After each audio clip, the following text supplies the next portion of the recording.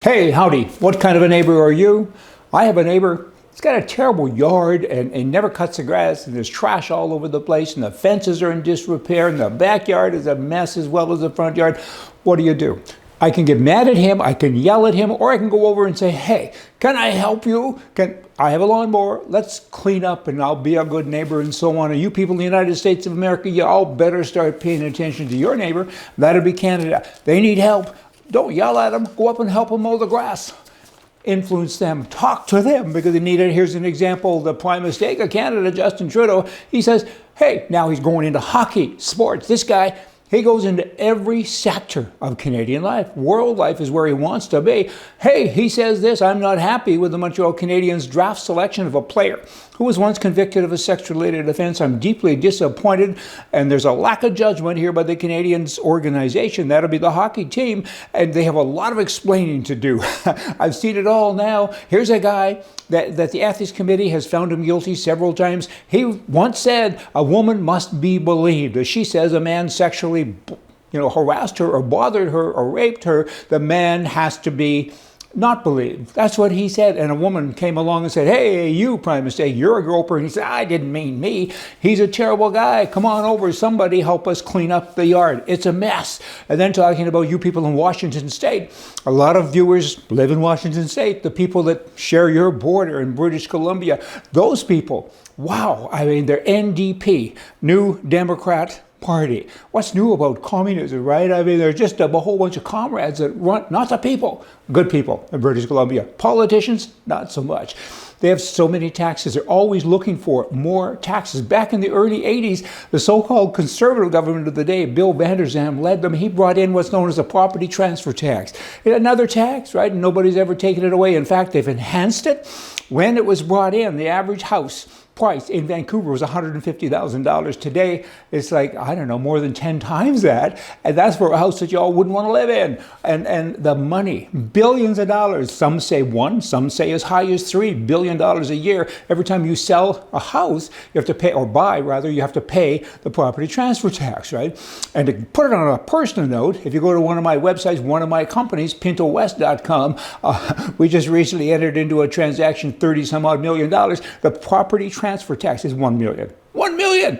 Now that's dollarettes, it ain't American money. Just saying. But it's a lot of dough. And how dare you? And what am I getting for that? A headache. That's kind of all. I mean, and then in addition to that, they have the sales tax and so many other things. And why? What is the government of Canada? And in this example as well with British Columbia, what do they do with all those taxes? They waste it. They waste your money. The private state gives it to other countries and helps homosexual and bathroom issues because that's what he's all about. It's not nice. I mean, people, get in there. And you neighbors, come on over with a lawnmower and show them how to clean up a little bit. And they might take offense initially, but everyone's a little reserved. But ultimately, thanks for your help. Just saying. On a lighter note, on the first day, at the senior complex, the new manager addressed her first day, all of the seniors pointed out some of her new rules. And he said the female sleeping quarters are out of bounds for all the males.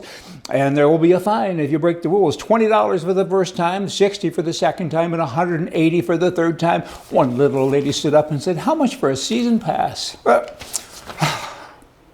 Just screwing around here, that's all I'm doing. Met a girl the other day. Nice girl. How are you? I said, broke.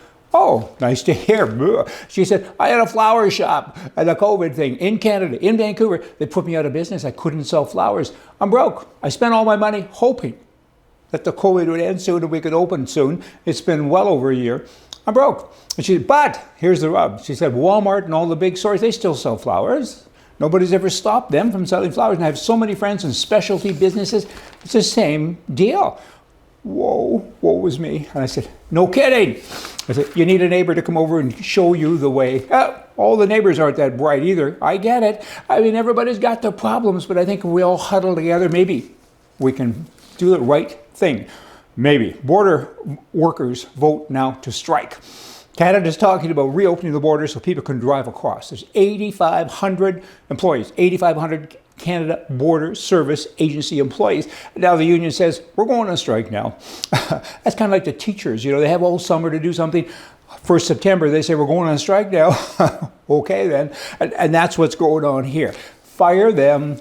Union. So what? Fire them.